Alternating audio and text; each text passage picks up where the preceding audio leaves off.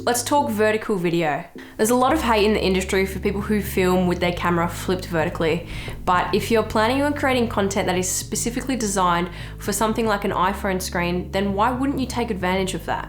The content is going to be a lot higher quality than it is compared to if you had to zoom in post.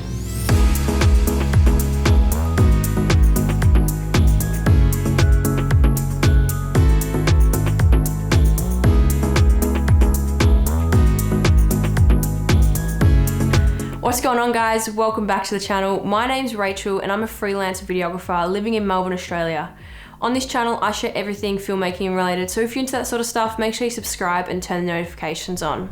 Now, if I'm filming some videos that are specifically going to be used in Facebook advertising or going to be used on a mobile phone app, then you best believe I'm going to be flipping my camera vertically so I can shoot in the 9:16 aspect ratio. In the past, I've worked on lots of projects where I'm specifically creating content for Facebook and Instagram ads. And if I was to shoot with my camera normally using 1080p, zooming in post just ruins the quality altogether. Now, a little side note before I get people commenting saying, well, why don't you shoot 4K?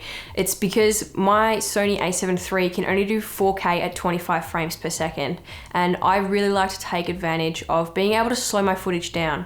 So that's why I shoot 1080p at 50 frames. But when I get the a7S III, I'm definitely going to be using 4K high frame rates.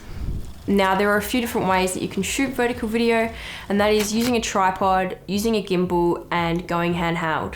Now, I tend to go handheld for most of my vertical filming just because it's really easy for me to move around and I can zoom in really quickly too. To be able to mount your camera vertically on a tripod, you're gonna either need a cage or an L bracket for your camera. Now, if you're not too sure what an L bracket is, essentially it is a little aluminium extension that you screw into the bottom of your camera, and then it allows you to have a mounting thread on the side of your camera, which allows you to mount it vertically. You'll also need one of these to be able to mount your camera vertically on your gimbal. What I love about L brackets is they're super cheap and they're super compact. I keep it in my bag at all times because I never know when I might need to mount my camera vertically.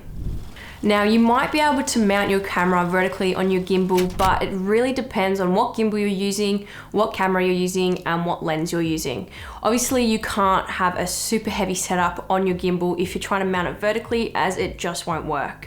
So this right here is the Zion Crane 2, and I've got the Sony a7 III with the Tamron 28-75. This setup is pretty sketchy. I'm not gonna lie, you are really limited with the types of movements you wanna get. So most of the time I will just shoot all handheld, and then if there's maybe one or two shots that I really wanna get stable, then I'll chuck it on the gimbal like this. But yeah, you're really limited with the movements that you can get. You can't go into underslung mode, and I feel like you see more bounce in your step even if you do walk really slowly. This is my go-to handheld setup for vertical filming. Notice that I've got a battery grip here. Now, having this extra length onto my camera means I'm able to hold my camera a lot easier and my shots turn out a lot smoother. My go-to lens for this is the 24-105. It is a stabilized lens, and so that's why I love to shoot with it, because it means the shots are just gonna turn out a lot smoother. Now, I highly recommend using a lens and a camera that has inbuilt stabilization to get the smoothest shots possible. Another one of the reasons why I love using this lens for handheld shooting is because of the big range. It's 24-105, and then I can even crop in and do APS-C mode to make it even further. Now, this allows me to get lots of different shots in such a small time frame, and if you are pushed for time and you need a lot of clip variety, then this lens won't disappoint. Now, most of the time I just use that handheld setup. It's super convenient, but I thought it was worthwhile showing you 3 different ways. Like I said earlier, if you know you're going to be making Facebook or Instagram ads or videos to be used on a mobile app, then you're better off just flipping your camera vertically and taking full use of the camera's image.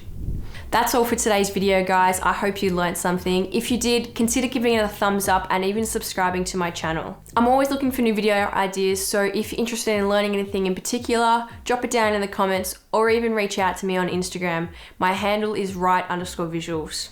But that's it for now. I'll catch you guys in the next one.